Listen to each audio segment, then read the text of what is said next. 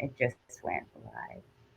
So, oh, I guess we can do things now. This is interesting. Instagram has some new settings that I am just now discovering, y'all. So,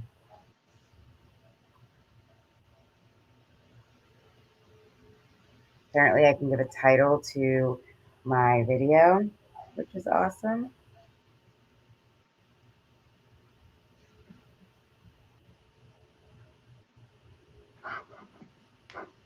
I might also be shadow banned. Did I come up for you? No.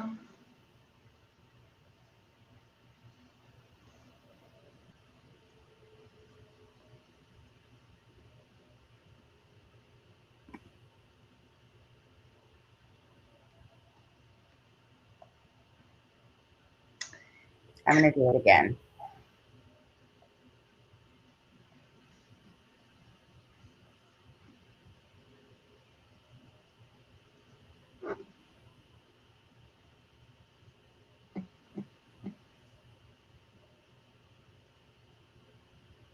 Okay. As we work out these technical difficulties, Tension with Intention, episode 2 with Miss Lee Kink.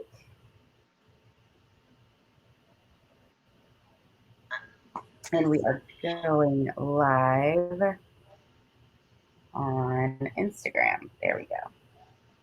Yay, here we are. Now it's normal. Okay. There we go. Oh, it's normal. I found you. Okay. I gotta turn on my computer. There we go. Okay.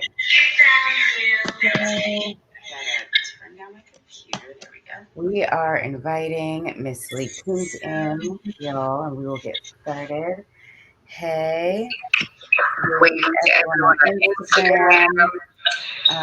And just as a reminder before we get started, welcome to the second official episode of Tension with Intention, and we are going to chat with Miss Lee Kink today about some amazing opportunities that she's created within the pink space for people of color, but also just some general topics. You know us, we are going to make you a little uncomfortable with the things that we talk about, but that is the nature of the game, and that is us engaging in this work together as a community. So, me? Well, uncomfortable? That doesn't sound like me. I know. It's like, what are we talking? Yes, we are going to definitely be making people uncomfortable. And you're a genius at that, much more than me, and maybe in different ways. We do it in different ways, but I just always have such amazing conversations with you whenever we share space, and you're again one of the other people who I'm like, we need to be having these conversations and be engaging in on a larger scale with more people in the community. So I'm super happy that we get to be here and discuss things together today. Yeah. I was like seeing beautiful things. And talking about shit like this. Yes, of course. And let me try can everyone give me a quick test of whether on Facebook or Instagram if we sound okay to you? I might actually switch us over to the other sound because I want to be able to see you more. And I don't hear you as much. Can you try switching to computer sound? Okay, so both of us should? Yeah. Okay. I'm going to try. I'm going to try something really quick. You sound good? Yay. Okay. Oh, I don't think we're doing it. Oh, no. I don't think it's going to work. Yeah. We're going to have to go back. Okay, I'm not going to mess with it. We're going to just do phone.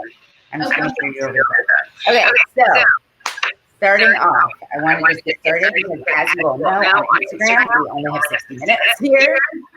If we go past 60 minutes, make sure you find me on YouTube, or you can find me on Facebook at the Rope Witch. Also, the Rope Witch on YouTube, and you can watch a little bit of the extended like after show continued conversation. But right now, we only have 60 minutes on Instagram. I know that's where a huge bulk of you all who are tuning in are watching. So I want to be mindful and make sure we get all of the good information out to you.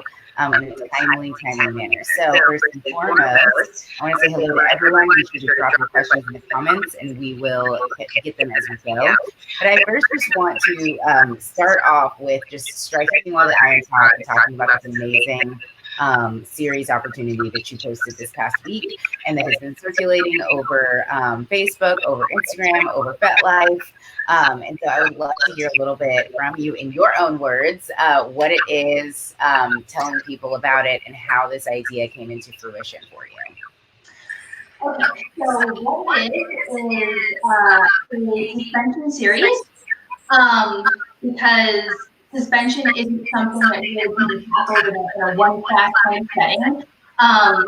So this series I actually did for Austin Rope Slingers last year,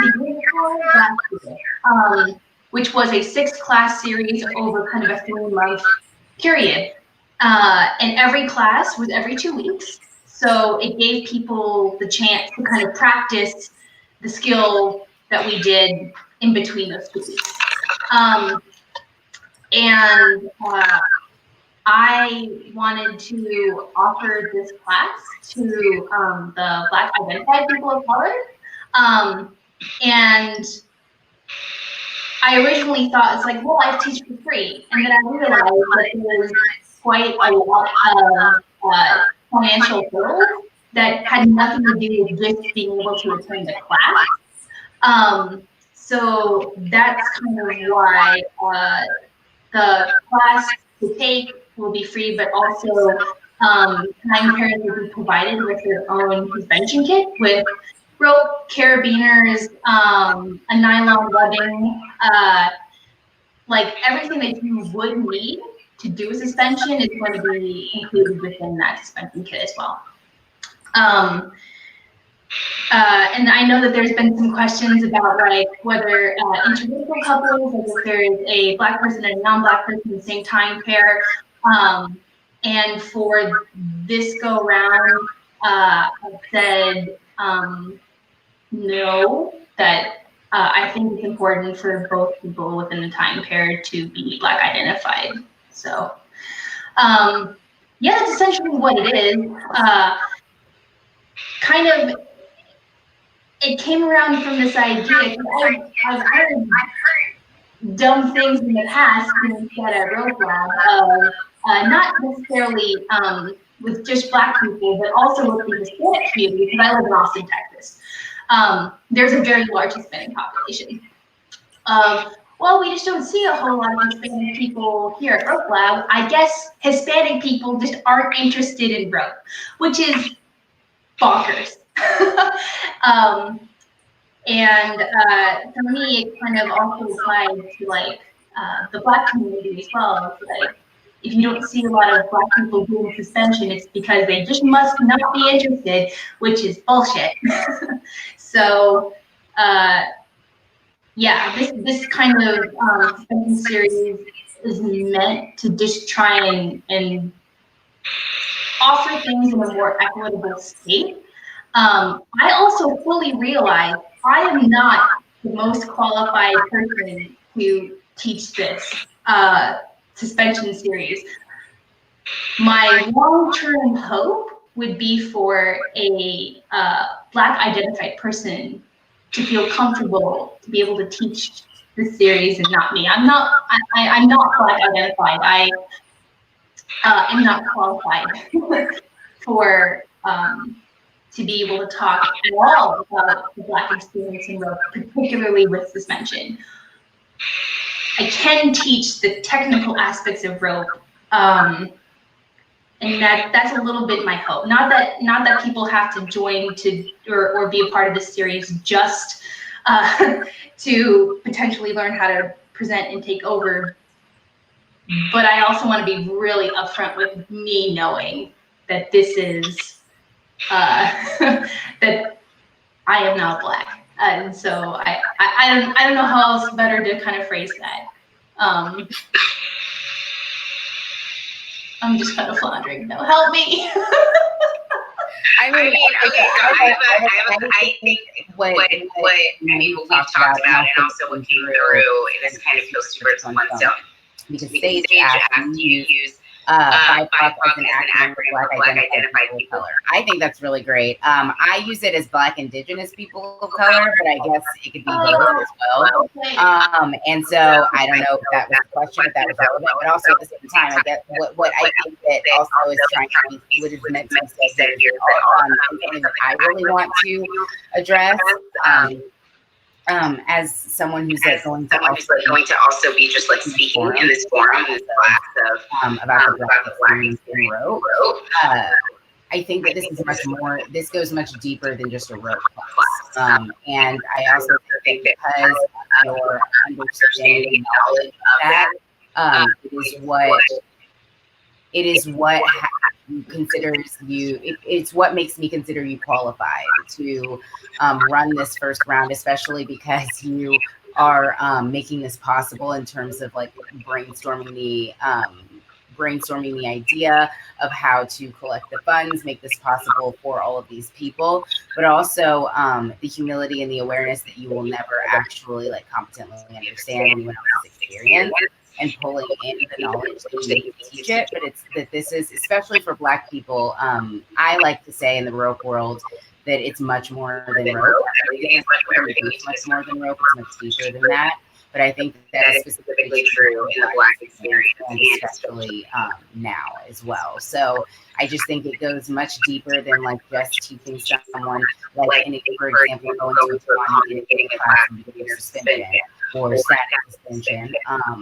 Then really the things that you are taking up with class, I think it's a completely different thing. It just goes a little bit deeper, and it not only goes a little bit deeper in terms of that, also in terms of just access, of giving people access to this, because I know a lot of the people of color that I speak to about rope, a lot of it is about access, and it's not just access financially and like how much money they have. It's access in terms of like being comfortable, not even knowing what space on, because they don't want to see schools, and so they don't even know about the education opportunities or where you can learn about these things. And so I think it goes much deeper with providing people with a skill set, especially with the view that you were bringing up before of like people in the rope world sort of idolizing suspicion, and it can be something that a lot of people of color don't learn and don't get access to, or also can't afford. And just in the view of something that we spoke about earlier this week, when Sage was on, it's just the fact that like rope is a very expensive hobby, and like taking that into recognition, we're providing is what's like, yes, rope, that's like the first thing that we usually hear. I usually hear from people when I recommend them to a space for education, and I figure out whether to actually be able to afford it. The next thing is like, okay, that's great. I can't practice. I don't have a rope kit. I don't have carriers. I don't have any of these things. I don't even know where to get any of these things. How do you know what safe ones to purchase, and just like access well the information? Yes. And so I like this series because I also really try and emphasize there's a big why aspect to what I'm teaching, because like we will learn maybe 4 or 5 patterns, but it's way more important to me that people start feeling comfortable with asking, why am I doing this? Because the whole point is, God knows you will not be doing just these patterns throughout your rope journey. It's way more important that you start understanding a little bit of like, this is decorative, this is functional. How is it functional? So then, you know, there will be more education in the future. In those classes, you can make some choices about, you know, to switch this tie to be more appropriate for my bottom, I can do this. Or I know how to add an extra band, as opposed to I just know this one pattern. It's also little things like, hey, when you're in a rope class and you can't see what the presenters are doing, get up, move. Do not, well, you can feel nervous, but that nervous shouldn't stop you from getting up and going to stand exactly where you should to see what's going on. It's those little things, I think, sometimes that like nobody really teaches you until you're in it and you're doing it. Yeah, I think it also just has a lot to do with like agency as well, just like in the world. Like we're also just not taught that it's accepted as well as people of color that are always treated as lesser than, you know, like any type of citizen to like be able to center yourself in a space. The space is never centered around us. So half of the time, even when it is centered around us, we have no idea how to even navigate because most of us would never think to go stand in the center of a room and like center ourselves so that we can get like what we need. You know what I mean? Like most of us are never even going to fill our own needs in that way. And so, yeah, I think that it's important. That's an added reason as to why it's important to incorporate these spaces that are specifically centered around people of color because of their nature and specifically the systemic nature of this oppression and how it exists in every degree of the world, including kink. Yes. Because like very quick like side story, kind of when I started really trying to process like my privilege within rope, it was 2 years ago at NARIX where I showed up, and I'm not gonna lie, I was like, I'm queer, I'm a woman, I'm Asian. Like when anybody says privilege, it doesn't apply to me because I'm not a white cis man. And then I showed up and I was talking with some people from more rural areas of the country, and their experiences, like I went and sat down and I cried because they're telling me about these, like, I have to drive 100 miles to even tie with anybody who's interested in rope. I never have any classes. All I learned is stuff from YouTube, and then that was my moment of like, holy shit. Me as just a person with a lot of time and money is exceedingly privileged within the rope world.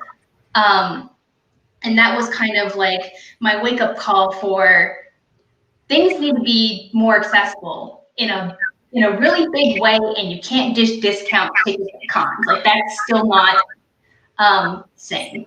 So I do realize that where I've gotten within my rope journey has so much to do with the fact that I've been able to shell out probably close to $24,000 over the last 5 years to do it. I've been able to travel and get the education that I wanted and throw events and invite people here, but that all is like rooted like in my privilege of just like having money. And also I know it looks weird because like I'm Asian, but I have a lot of white privilege by growing up with 2 white parents and also marrying a beautiful white man. So like I kind of function in a world with having a lot of white privilege, even though like I am Asian. So it's been a fun growth opportunity in the last couple of years. Yeah, because it's not, because every aspect of suspension is there's money involved. Getting the kit, getting access to a hard point, getting the education, all of those things aren't just like $5. A lot of them are, hundreds and hundreds of dollars. And if travel is involved, it's even more than that. And so really like who's progressing the fastest in rope is the people who can pay for it. And it's a harsh reality, but like that's what it is. I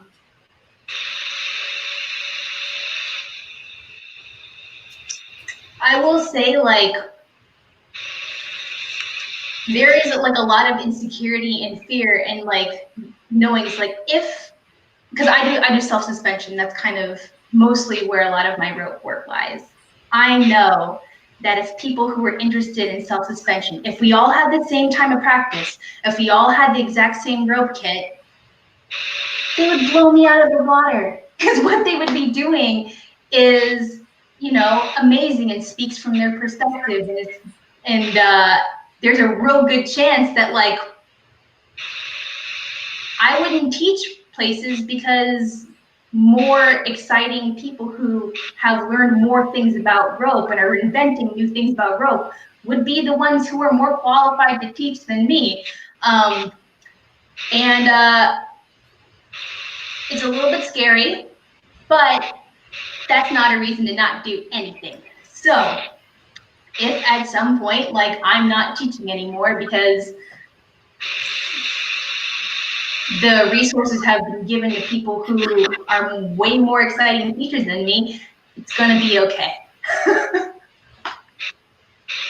Yeah, I think that's like, I think also that's the group actually doing true heart-centered, soul-forward activism work for a group of people, especially people who've been systemically disenfranchised in America, is, and this is also something that Sage and I talk about a lot, is like the idea of working yourself out of a job. And I think that for me, that kind of goes hand in hand with what I've been talking about a lot in my vanilla life, with vanilla work right now and activism work, is that there is a manic state of what's happening right now across the board of just addressing racism. And there's this, we like to call it like the white wake up. By white, I mean like Black people. They're like, it's like the white wake up where it's like we're all jolted because all of a sudden people are like realize that racism is as bad as it is, and they're like, oh my God, this is a thing, and everyone's like starting to freak out, and then you have to deal with like the emotional brunt of like people realizing all of a sudden, and then people like wanting to check in on us and wanting to like message us and wanting to talk about it, and we're like, yeah, we've been here for quite, yes, we knew, yes, and it just gets like incredibly exhausting. But if you're truly willing, ready to engage in anti-racist racism, which is not just not being racist. Like, it's not just I'm racist or I'm not racist. It's being anti-racist, meaning you are actively working against racism. And if that's something that you're interested in doing, whatever spaces you travel in, especially Kink, it is going to be a slow burn marathon, and it is not going to be something that happens with like one Instagram post or like an event that you do, or you know, asking someone about like how you should make a Black Lives Matter post, or with like a T-shirt that you sell for profit, or an event that you do with donations, or like whatever. Like that's not going to be like the work. Like if anything, that is the beginning of the work, but that is not the work. Like the work goes a little bit deeper, and that's also why I wanted you on here today, because I feel like doing something like organizing a series like this, organizing class, organizing ways to get people, and also with the understanding like that I hope to work myself out of this space, because I here is like how you know you're doing activist work and work for people to be able to take up space beyond space for. I don't know where it was going to be online, so I did want you to talk a little bit more about the structure of what the series looks like. Yes. So for the right now there's 8 maximum time pairs. 4 of those classes are going to be virtual. I would prefer in person, but you know, COVID. I really do want to cut down as much as possible that contact. So the first 4 classes are set up to talk about what I've referred to as body rope, which is usually harnesses, rope that goes on the body, as opposed to uplines. Although we will talk about uplines, we will not be suspending any person's weight, but we will talk about uplines in a way where it's like everybody grab a pot, or everybody grab a backpack or a purse or something, and we will demonstrate uplines by using, like, you know, a 10-pound weight in somebody's closet, you know, that kind of thing. And then there is going to be there's 2 classes in August and then 2 classes in September. Both are on Wednesday nights, and they're about 2 weeks apart. And then in October, there is going to be a weekend intensive where there will be Saturday and Sunday. In the morning, there's going to be kind of intros, and then there will be a kind of like a Black discussion group, which I will not be a part of. It will only be Black people within that group, and then I've hired you to run it for both those classes. And then in the afternoon, the first day we'll discuss partial suspension, and then the second day will be full suspension but static suspension. So that's kind of the way that the class is set up. So I do know that there's some interest for people to attend the virtual aspects of it, but I'm only going to open it up to those time pairs, because for a lot of those classes, I want to be able to like gallery view and kind of watch the pairs as things happen. And when there's 40 people on there all at the same time, it's just very difficult to kind of keep track of everybody. I also want people to feel like that they can be heard in that setting. And one easy really way to do that is just cut down on the amount of people who are there. Because if, again, 40 people want to ask me a question all at the same time or say something about what's going on with them, it just takes so much more time to kind of get through it as opposed to potentially just 16 people, 8 kind of time pairs go together. A little bit more intimate, I think. And sometimes that intimacy can really help people feel comfortable being vulnerable about what's happening. I plan on recording the sessions, but the only people who will have links to the recordings are the people who were there. So let us know if that answers your question. If you have any follow-up questions, don't hesitate to throw them in there. Yeah, I think that's, I'm so excited about this. I know the minute that you told me about it, before you officially announced it, I was already coming up with people in my brain I know had wanted to do something like this. Oh, no problem. Oh, go ahead. Oh, so I would love to basically like host this series once a year. Trying to track like how much spoons I have. I think once a year is a pretty reasonable thing to try and do. I am really open to the idea of potentially like down the road also doing like a trans queer like suspension series that we'll all do, or an interracial suspension series that happens. But for right now, I would like to focus on the Black folks within our community. So it's, for me personally, it really more depends on time and spoons for how much I can do this. I am incredibly like, again, privileged and lucky situation where I have some money to be able to help with this. So.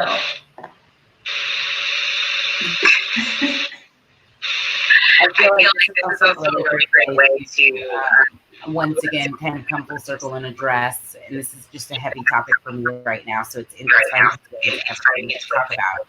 But coming back to like what type of work is your work, and back to what activism and anti-racism work looks like for you, and understanding that, on Wednesday we talked a lot about donating money and the redistribution of wealth and things like that, and I think that, that's for some people, but also this is like a really great example of someone who wants to do action and also like can provide that in some way. And I think that it also goes to show as well, for all the funds that are popping up, of just people who have the energy to organize these funds, people who have the energy to create these spaces and facilitate them for people. It's kind of like get in where you fit in and just be able to do the work and operate in whatever way it brings joy to you, but also sustainable to you, but not going to be like a short process. So, oh, I see the question. You want to address those? Yes, I'm definitely open to teaching this series in other ways. Just slide into my DMs or send me an email at missleekink@gmail.com, and I'm more than happy to talk about it. A lot of stuff at the moment is kind of up in the air travel-wise because of COVID. I will say for the weekend intensive in October, I have plans A, B, C, and D for like what, how I'm going to do that if, heaven forbid, we really are in like a very strong second, third wave, whatever it is, and like meeting in any group setting is not going to work out. So I do have a plan for that. I would rather not have to implement it, but we'll see. Let's see.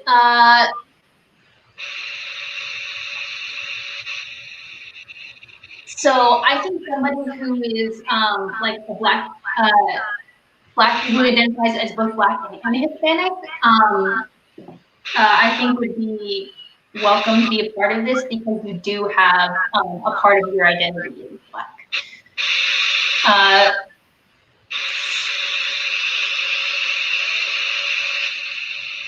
I want to be kind of delicate with how I say this, and I don't know why I'm feeling the need to feel delicate about it, but what I really didn't want in this series was 8 white riggers and their 8 like black bottoms, because for me that kind of feels kind of yucky of like, way to take advantage again of what's going on. So yeah, I said kind of right up front of like, no black tying pairs. So yeah. Was that the last one? I couldn't remember if there's another. Oh no, that was the last question. Okay. Awesome. Yay. So where can, what can they do? How, if people are watching this on Facebook, people who maybe, or people who find it on YouTube who don't know who you are, don't know where to find you, I'm going to be adding your little banners down for your information on them. How do they inquire you about this? Okay. So the 3 ways really. One of the ways is on FetLife, and I know that many people don't have a FetLife account, don't worry about it. Second way would be on Instagram. I have a story highlight. So if you go to my bio, there's a little row of like circles. One of them has basically like all of the information about this series. And the third way would be, please feel free to email me at missleekink@gmail.com. I have basically like a 2-page doc of just all the information with class descriptions that I can just shoot right back to you. So those would be kind of the 3 easiest ways, I think. Awesome. Yeah. I put your email up there on Instagram and on Facebook and YouTube, email and Instagram handle story across the bottom. So feel free to run and follow Miss Lee Kink if you aren't already, because you are missing out on some amazing content. But yes, I do think this is an incredible opportunity. There are so many people who want to take advantage of this, and all that we can hope is that we can continue doing things like this. So I also just want to once again just say, even if you're like, hey, I know no one who I can send this link about this, or I'm not close enough with anyone who's a Kinkster of color that I can send this to, and that's really unfortunate. I don't see the point in reposting this on my story when I don't really know anyone who follows me that would take advantage of this. And you're still looking to do something or help. There are tons of different places that you can donate to, not to mention you don't always have to donate to a fund.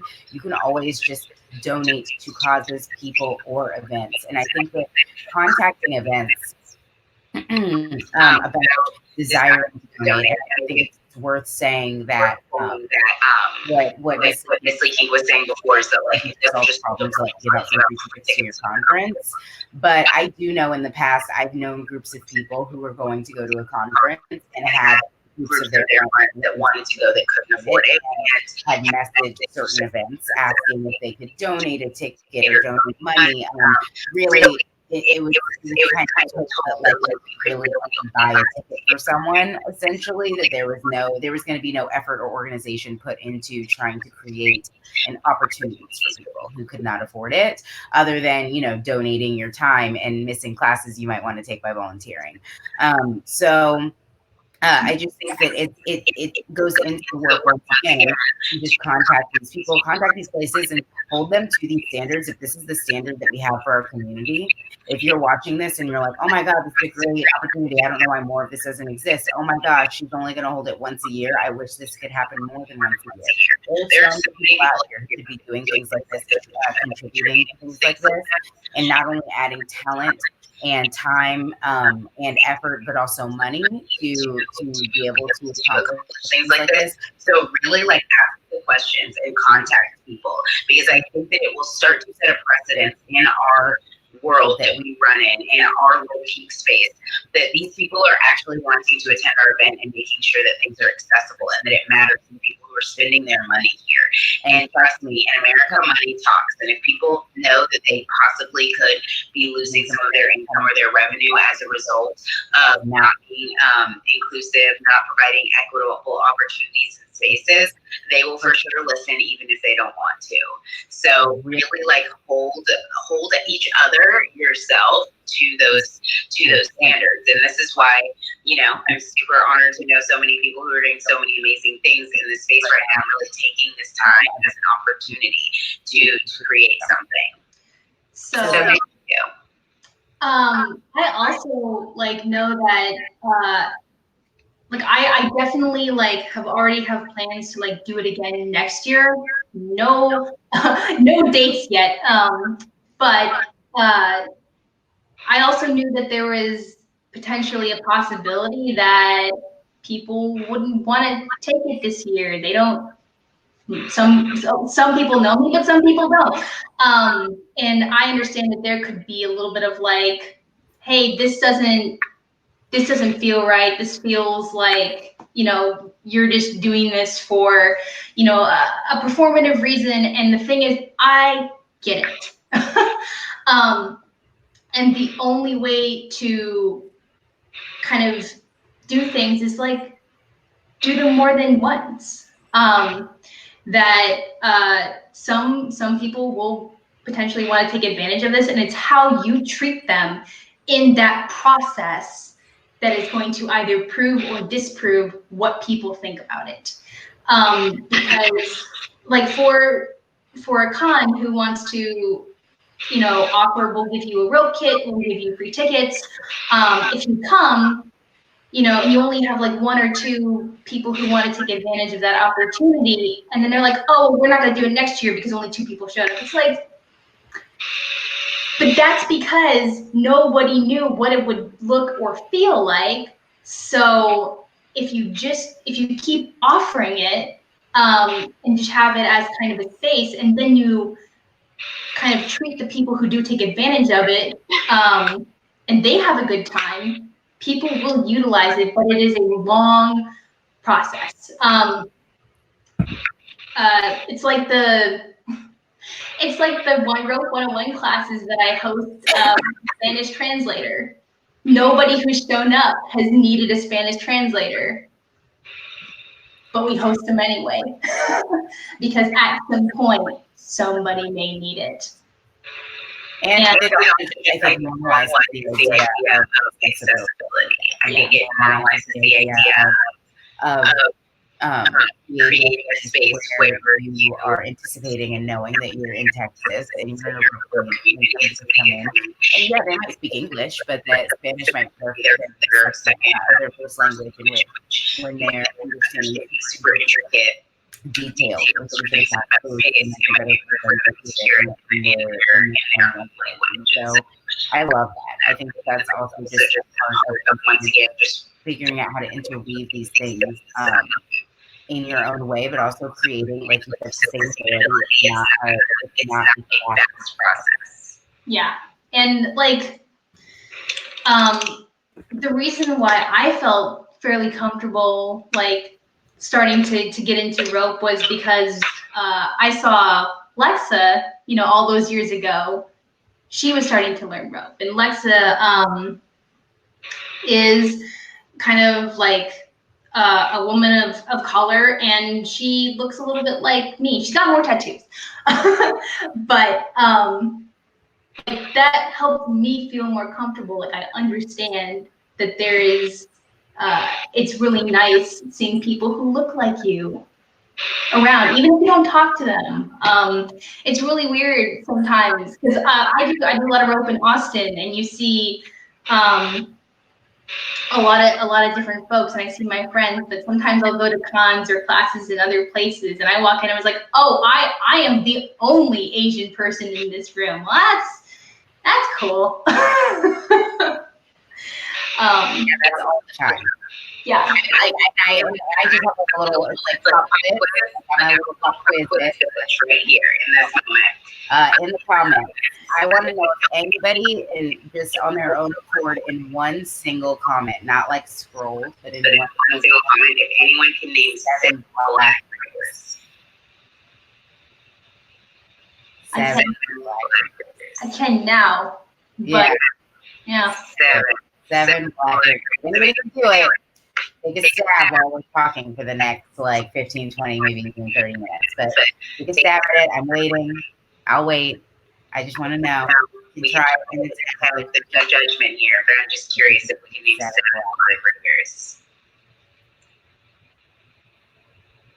black actors.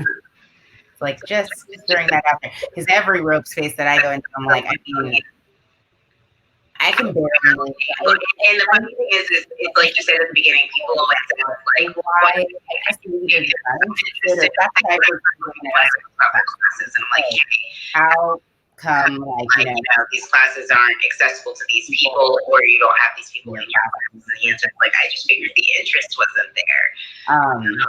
And I think that that's just completely untrue, because a lot of the spaces that I now, especially mostly the virtual spaces that I run with people of color, they do rope. Like that's the thing is like I mean when we post pictures and stuff, it's not like they're like, what's rope? I had no idea. Like they do rope. Like they will post pictures of them doing rope with people, and you know they're doing like you were saying before.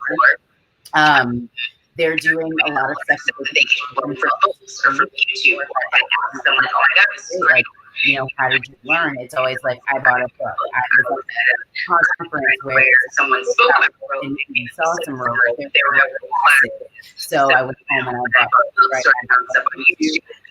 You know, a lot of people know a lot of like the big resources that take up a lot of space in the community, and subscribe to those types of things. They're trying to learn what they can while possibly not having a consistent bottom. But they're doing like amazing courses. I've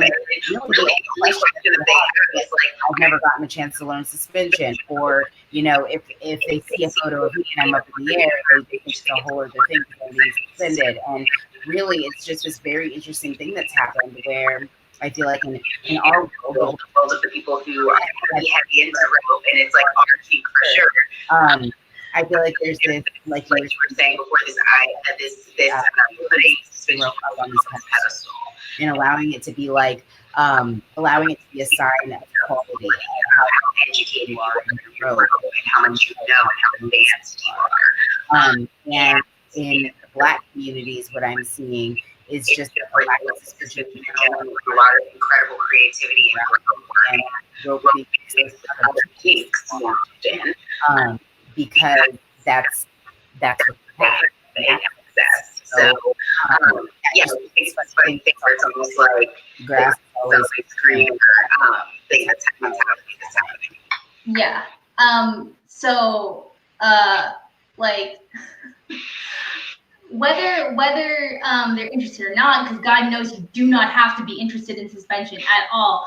There is some very cool decorative rope work that's happening in the Black community, and I was like, you know, heaven forbid somebody teaches them an upline, they're all of a sudden going to be doing suspension work that's going to be aesthetically new and beautiful.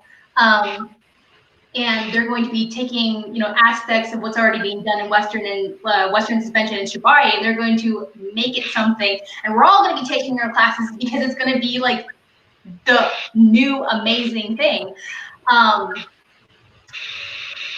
It's just, you know, overcoming. So I also had somebody in my DMs this week say something along the lines of, yeah, but like, you know, I'm white and poor and I still have all of these hurdles to overcome. You know, it's, you know, I don't have money too. I did want to say something about that, because many people who are in the rope world and have a lot of experience, who also get, you know, chances to go to cons and learn, a lot of them have sponsors. If you don't have the money yourself, a lot of times it's you are with the other half of your time partner is the one who has the resources to be able to fly you both to these places. The people who are getting sponsored by their riggers are usually young, very conventionally attractive white women. That, you know, yes, you may not have money, but you still have a lot of privilege, and it's not just a racial privilege. A lot of it is also youth, and again, just being very like conventionally attractive and having a lot of like your body being able to do a lot. Like,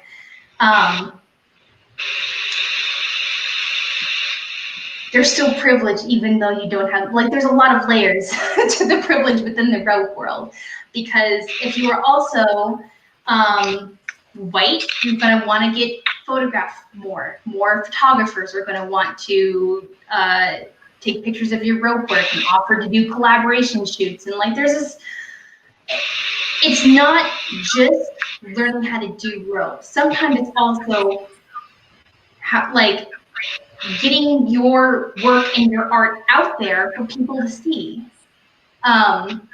Who's following you and how, like, yeah, how many followers do you have and that kind of stuff. So, yeah, there's a lot of different layers of privilege, and there's also it affects all of those little pieces within the rope community. Because again, you know, if somebody's on FetLife or on Instagram, are they even a rigger? Like, they're I used to say this, and I still say it because I still have this insecurity of like, if I didn't take a picture during that rope scene, did it even happen? Like, if nobody on Instagram sees me take a picture of this thing, like, what is it even for?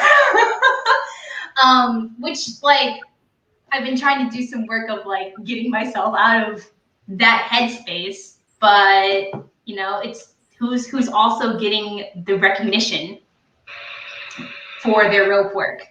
So yeah, and I think that's also a good point. So where it's so good. It was actually perfect.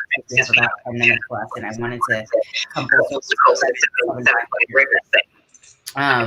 is if they aren't on Instagram, are they even a rigger? And that's the real question, is like, because I know everybody in this live, you don't have to lie, it's cool, because I do the same thing. So we're all human here, you know, there's no judgment. I mean, right, judging here. But like, I know I'm not judging you here, but I know everybody, the first thing they did was like start scrolling through the Rolodex of ID meetings that they know. And it's like, who do I know? Whose pictures do I know? Who do I see on the Instagram stories? who is it? Yeah, it's instantly instead of, but I think also it speaks to someone said in the comments earlier, I know a lot of people that I don't know in real life, I just know them from Instagram.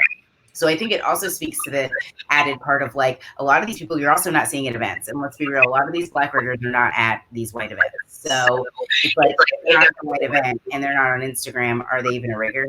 Like, and what if they're on Instagram but they're not at the event? What if they're at the event but you've never seen them before? Yeah, exactly. Not for them. It's like, who have I seen? Yeah, exactly. I'm like, and I really just like will take my brain back to like the hallways of cons. And like, who do I see? I mean, here's also the thing. You know, every 2 weeks we all do a share for share bullshit on Instagram.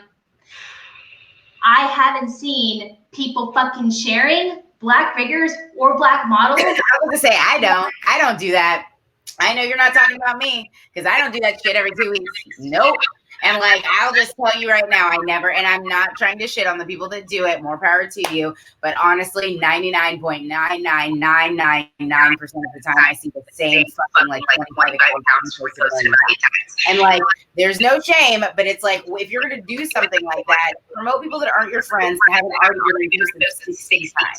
And I'm flattered whenever y'all are posting something that's like specifically, here's a Black woman giving education. I'm like, awesome. Thank you for telling people what I do. But I'm not about to like randomly just throw my favorite selfie up there and be like, can you just repost me so I can get followers? Like, share. It's all of them. It's almost like this weird lunchroom clicky thing where I'm like, we don't all have to share the same 30 accounts over and over and over again every 2 weeks.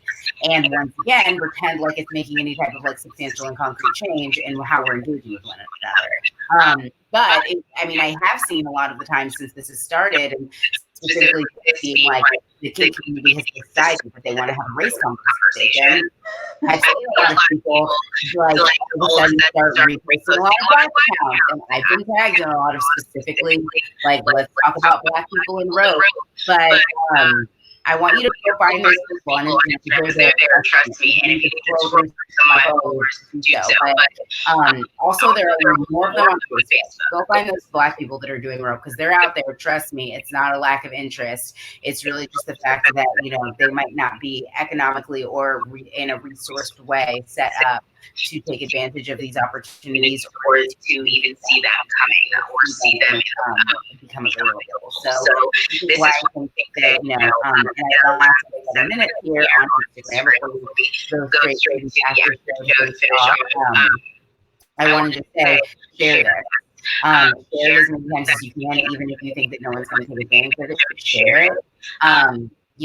Donate money to someone if you can't donate stuff. Donate the characters that you never use as long as they're still actually safe and weight rated. Really allow people to have access to the same education as you've got and as you've received. If you're someone, by the way, I'll say also about what you said earlier. If you are on Facebook or if you're on YouTube right now, I did post a resource link of how to explain white privilege to poor white people. Because I'm still processing that conversation, and I actually just have like bookmarks links. I just like paste as if there were some people that I want to talk to. But like that, there is a really great article created into a PDF because there's so many people who are accessing it, and it's just about how to dismantle the belief that white people are specifically about money or economic status. Yeah, and I will say, like, I followed a lot of like accounts with like either Black riggers or like Black rope bottoms and models like within the past like month or so, and it's not just because it's like I need to like see Black people in my feed. It's like what they're doing is fucking amazing. It's beautiful. Like I've seen things that have inspired me to like of ways to use color, of ways to use like different knots, of black light shit. Like And I will say there's this one thing. It's like, if I fucking hear anybody start being all rope elitist, not like suspension necessarily, but also just the type of rope you're working with, because cotton and nylon and synthetics sometimes are a little bit like cheaper. And I hear those, like anything that's done with like those two types of ropes, get shit on constantly. It's like, hey, you know what? Their shit is amazing, and I don't give a shit if they didn't use jute. Like, I think you're just jealous because you don't know how to work with color in that way. So that's my little like, jute is not the only thing that makes you like a good rope top.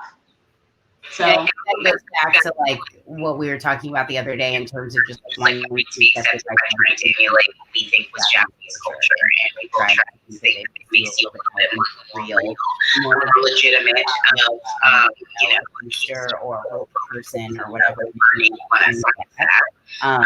And I think we both agree that's great. So in the last 4 minutes here on Instagram, I want to ask you quickly, is there anything else that you want to say that you feel everyone needs to know?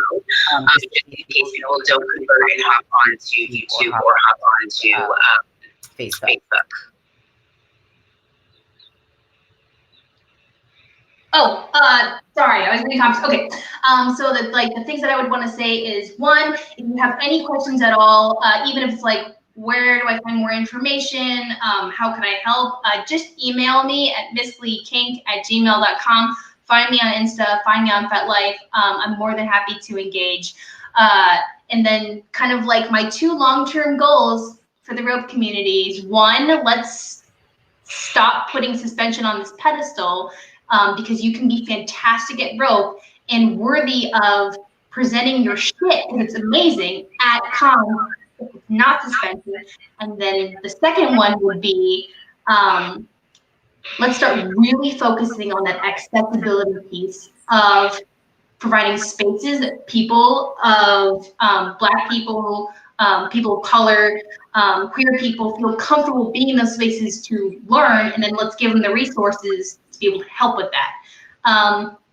So yeah, but those 2 things are really long-term goals. Like, we're not all gonna wake up tomorrow morning and be like, I don't like suspension. So then, like, that's just not how it is. How we do it is we keep doing floor work, we do decorative rope, we post it, we see people, and then people get jealous and they want to do our shit. That's how we like start slowly indoctrinating, like, only the good riggers know how to do this cool like decorative shit. So yeah. I love that. Yes, you just like sneak it in stealthy under the radar. This is my best for everything. And before we go, just as a result, to keep us true here to the rope witch mentality, I usually when I'm on calls, usually when I'm on Zoom or anything like that, I'm always drawing cards. So I want to use this opportunity to talk about a card and how it relates to what we've been discussing in our last 2 minutes here. So I drew a card when we first got on here, and it was the Four of Swords. If you're wondering what deck this is, this is the Modern Witch Tarot. And the Four of Swords is exactly what it looks like. It's really literally like, I think they actually say this in the description of the book, but the struggle is real out here. The struggle is real. You see, she's like lying down. She has these swords like hanging above her head, and the struggle is real. We have to remember that because this is like slow work, this is intentional work, this is work of dismantling a system and rebuilding it. This is not going to happen overnight.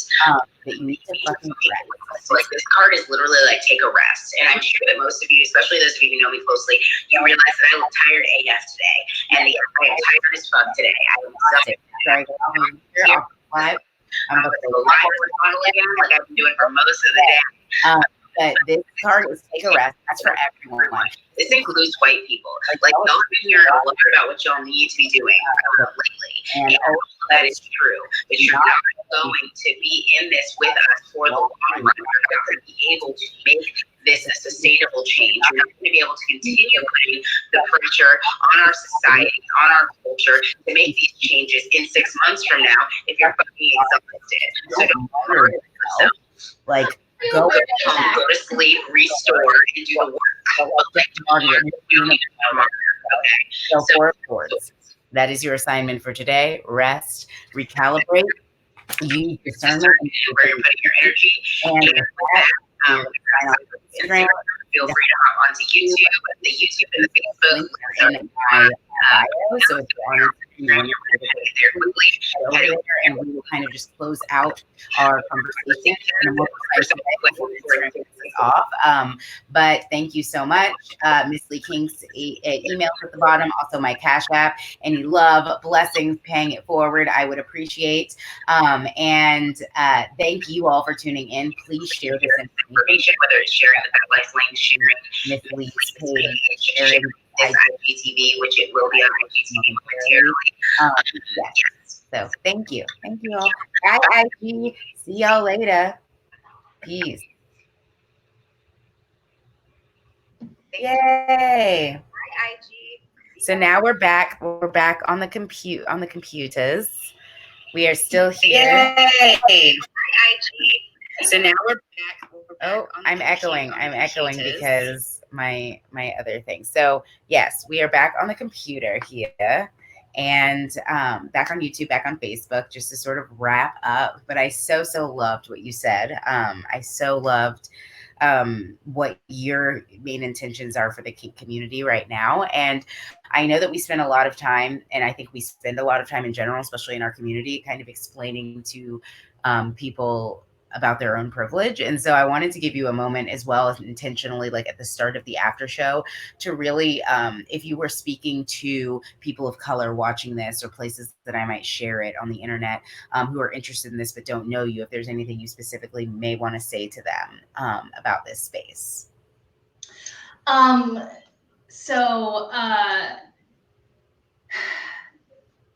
This is basically, I think, for anybody who has even heard of rope. So our first class, the prerequisites for that class is kind of like a single column. But even if you're like, hey, I don't know, a single column, I just saw one rope pick today, this is still for you. At that point, we will probably set up like a private Zoom call, and I can talk to you about single columns. I can get you to the point where like you can hit the ground running on class 1. So even if you're like, hey, again, saw one rope pick today, looks kind of cool, I don't have anything else, that's okay. We like, it's still like, I'm still happy to like have you sign up, and then we can maybe do like an hour or two together to just kind of get like that very like really like basic single column things. We can get that handled. Yeah. Awesome. Yeah. And is there so just to refresh, in case, I know this has been really long, so people might be skipping around in the video as you're watching the replay. Scrolling at the bottom of the screen, you can email Miss Lee Kink. She does have a couple of questions that she likes for you to answer, but she can also just send that to you if you just inquire and you shoot her an email and you say, hey, I'm interested in this thing, I saw you talking on YouTube or wherever. If you go to Instagram, she has a highlight specifically with all the information in it. So I would not only follow her, but I would scroll through and check out all that info, and you will also see some of the questions that you can shoot her in an email as well. So please inquire. This is a completely, and if you missed it before, this is a completely free course. You will not be paying any money, and it's really amazing to be chosen to be in this group.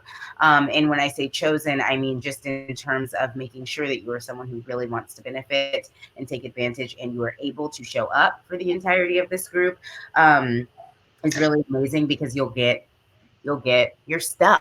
You'll get your stuff to be able to suspend. You'll get your information, your education. You'll also get resources.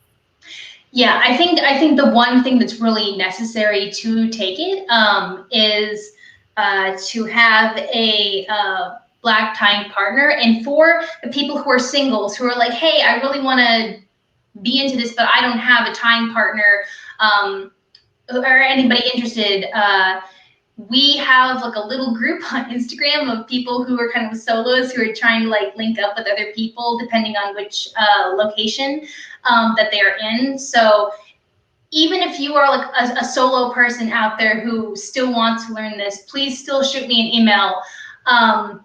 When we will try to like link you up. I think the only things you really need is like an internet access to be able to do the virtual classes. And then you also need to be able to COVID risk into time with this other person on a semi-regular basis. It's kind of nice that they're 2 weeks apart because, you know, maybe if anything crops up in between, you'll know. But yeah, this series would be significantly easier, not in the time of COVID, but here we are. Yes, as we've been saying all year, here we are. This is where we found ourselves. So yes. We appreciate you still doing it and even coming. I'm not even saying still because you came up with this idea during COVID. And I think it's amazing that you didn't allow that to stop you. And that's something that I also just want to take, since this is kind of like the after show time, take a moment to talk about, since we didn't really talk about COVID before, or just even opting into understanding that you're going to be tying with someone. And there's been a lot of question about like how to navigate the space during COVID, how to navigate tying, how to navigate your germ bubble and your risk awareness and all of that stuff. And I just really love that not only did you catch the wave of inspiration that has come with COVID, and I say that because like, I mean, I've been having conversations multiple times a day, every day since March with people in my vanilla life who are very, very deeply intertwined with the universe and interconnected with like the Aquarian age, and just feel like this has been a crazy ass year and shit's happening, but I'm also like super inspired and all this great stuff's happening and I'm having all these ideas and I'm like making things happen and I'm like creating all my dreams and making them come true. And so I just love that you got a bout of inspiration and didn't let this fear put out your fire, that you still were like, we're going to figure out a way to do this. We're doing it, and not using it as an excuse to like back out. I will say, like, within the Asian community, like, one of our like little superpowers is we can get shit done and we don't have to be happy. Yeah. Like, we don't have to be happy. If you look at kind of our culture in like a lot of our childhoods, we weren't happy in a lot of it. Do you really think we all wanted to play violin like that? No, we don't. So did you actually play violin? I did. And why did I do that? Because my mom made me. So like there's like one of those things is you know, that idea of sitting with discomfort. I know there's a lot of Asian people out there being like, yeah, like welcome to just how we function. Like we just are discomfort because we don't need happiness to like do a thing. So yeah, like there's been a lot of like internal processing throughout this the creation of this suspension series of, you know, am I doing this for the right reasons? Am I doing this because I want to be seen as, you know, helping the Black community? Is this my white savior complex just rearing its ugly head? And at the end of the day, I kind of got to this point where it's like, is it benefiting? Like, is it helping? And yeah, I can have a lot of feelings about it, but I can also do things at the same time. I can do both. I can be fearful, I can have insecurities, and I can also do a thing. Mm-hmm. So yeah, that's kind of like where it is. Like, taking notes of things you're saying because I think they're amazing. Like I love that.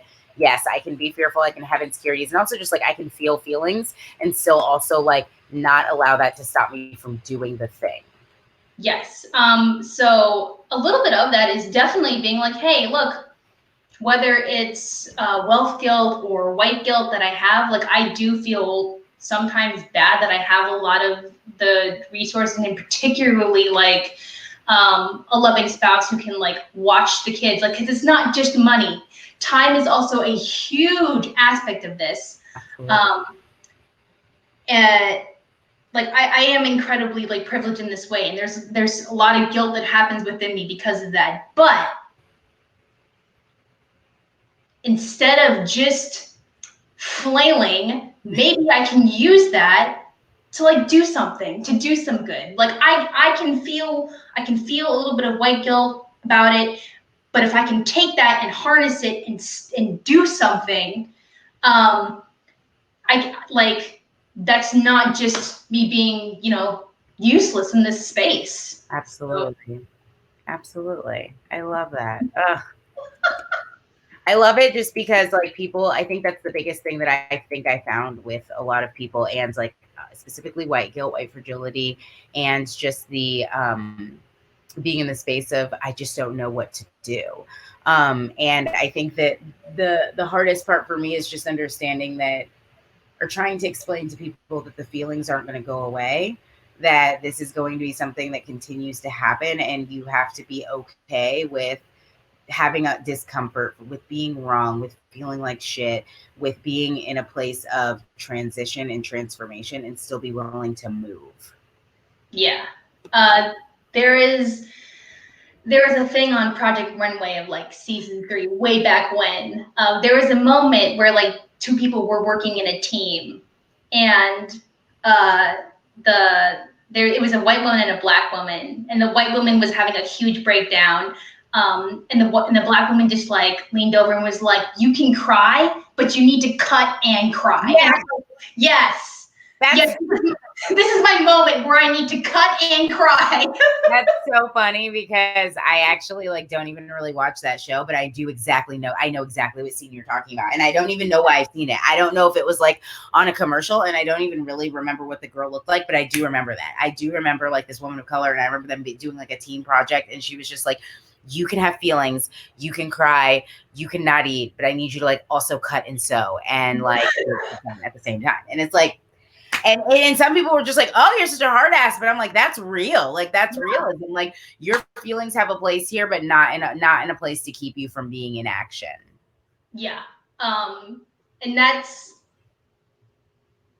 where I kind of would like to keep my momentum, is like I can have feelings, but I'm going to desperately try to have those feelings not stop me from making tangible like movement forward and keep helping. Because you know what? You can feel uncomfortable and help at the same time. Yeah. Absolutely. The 2 things can exist at the same time. And I think that's a big problem with how many of us think these days, is we don't realize that we're living in a constant paradigm where like opposites are true all the time.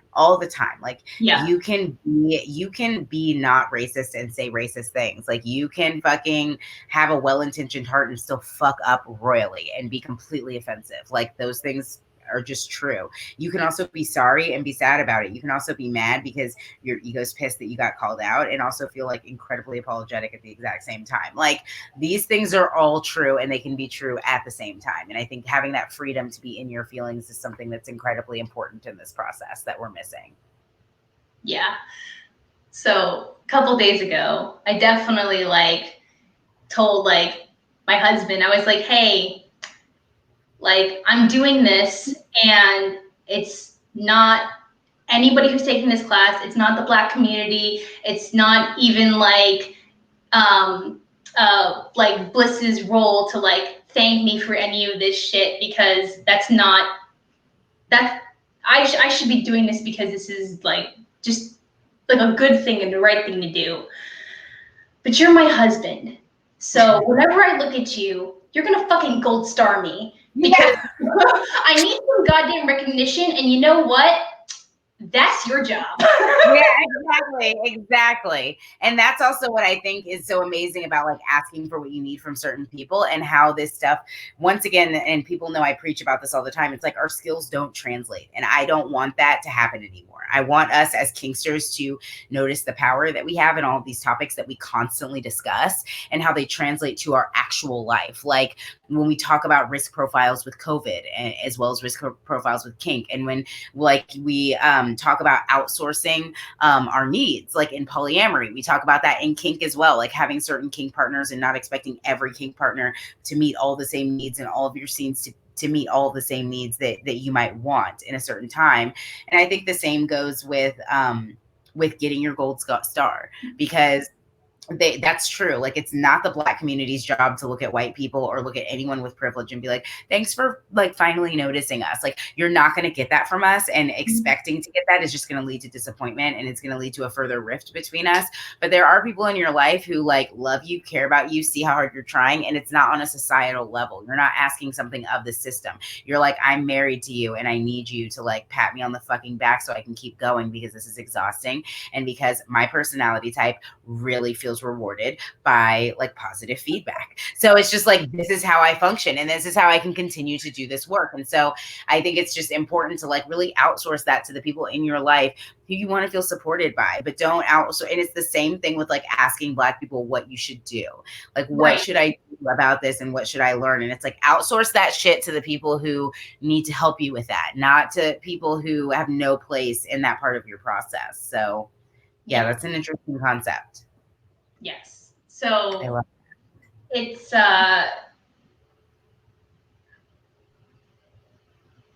you can still get recognition for the little things that you do, but you need to find the appropriate source for who is that. And look, your intimate partners should be trying to pat you on the back and give you gold stars regardless of whatever is going on. So just constantly give me the gold star. My astrological like weather in my own life is very much like, please just gold star me all the time. Or call me out incredibly harshly so that I can correct myself and then get a gold star from you. So yeah, that's totally relatable. Totally relatable. Well, I know that when we first signed on here, which was an hour and a little over an hour, actually almost 2 hours ago, because we signed on a little early to meet each other, that you were tired and that I was tired. And although I feel that we have this amazing energy exchange every time we talk, and we could always just talk forever, I want to intentionally respect not only the time of the viewers, but the time for your time, so that you can release and go do your things. And I am also going to go and lie horizontal. And so are there any last words that you would like to leave us with before we sign off for the evening officially? No, except for even if people have questions about things that aren't this, like I'm pretty open about people who want to come find me and ask a question. No unsolicited dick pics. Yeah. Sad to even have to say that, but it's real.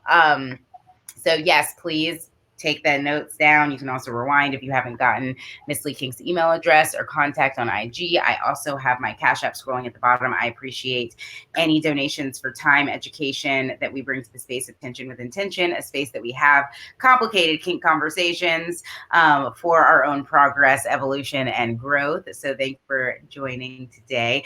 And next Wednesday, we're actually going to be on with Madam Posh, chatting a little bit about some stuff. I know, super exciting. So you'll see that being announced soon on the Rope Witch, Facebook and Instagram. So if you have any questions, don't hesitate to reach out to me as well. Thank you. Peace. Ashe, Satnam. And so it is, all things. Rest. Remember the Four of Swords. Take a fucking rest. The struggle is real. And sustain yourself. And bye. Bye, everybody.